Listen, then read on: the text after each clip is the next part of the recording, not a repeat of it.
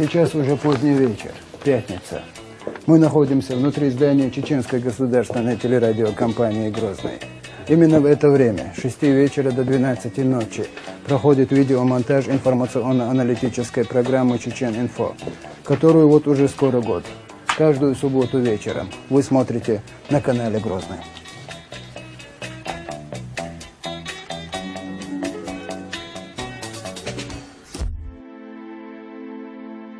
Когда программа только затевалась, мы еще не знали, какой она будет, но уже предполагали, что мы хотим показать и рассказать зрителю с экрана. Когда я говорю «мы», имеется в виду несколько человек. Лёма Гудаев, автор и идейный вдохновитель программы, Магомед Нухаев и я, Тагир Салаханов.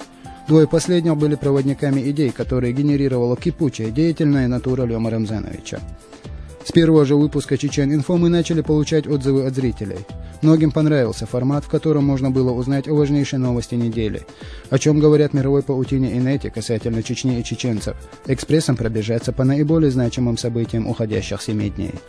С каждым последующим выпуском количество тех, кто с интересом смотрит нашу программу, только росло.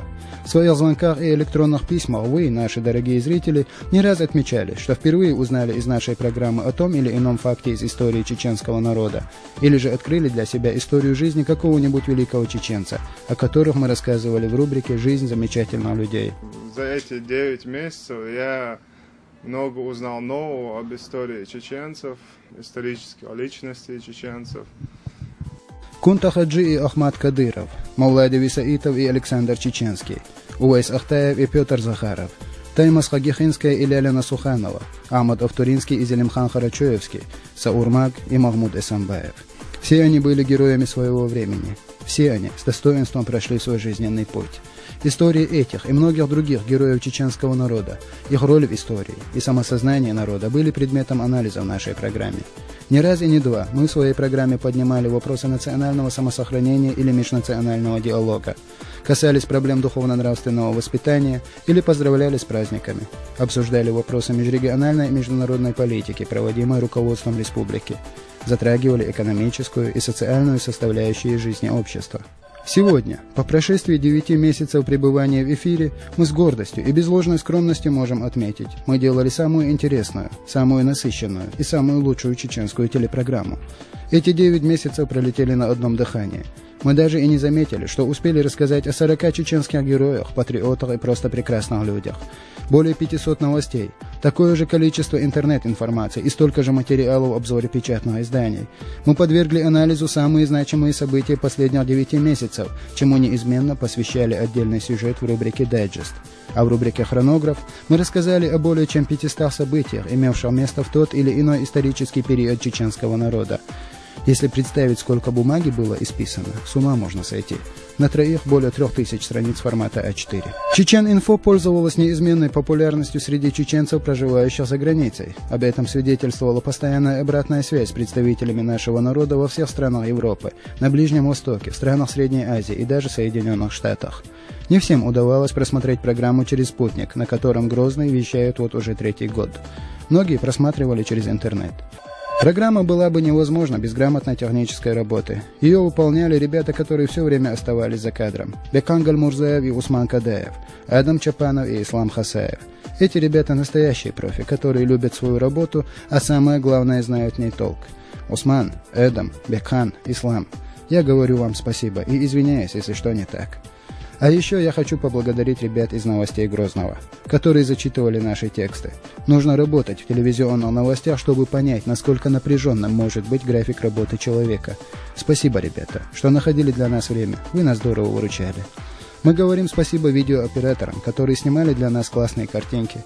Ну и, конечно же, нашему блистательному ведущему Валиду Гинаеву.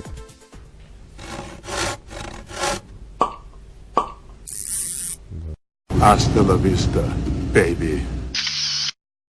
2009 год был насыщен событиями. Чеченская республика, как и всегда, оставалась на пике мирового информационного интереса.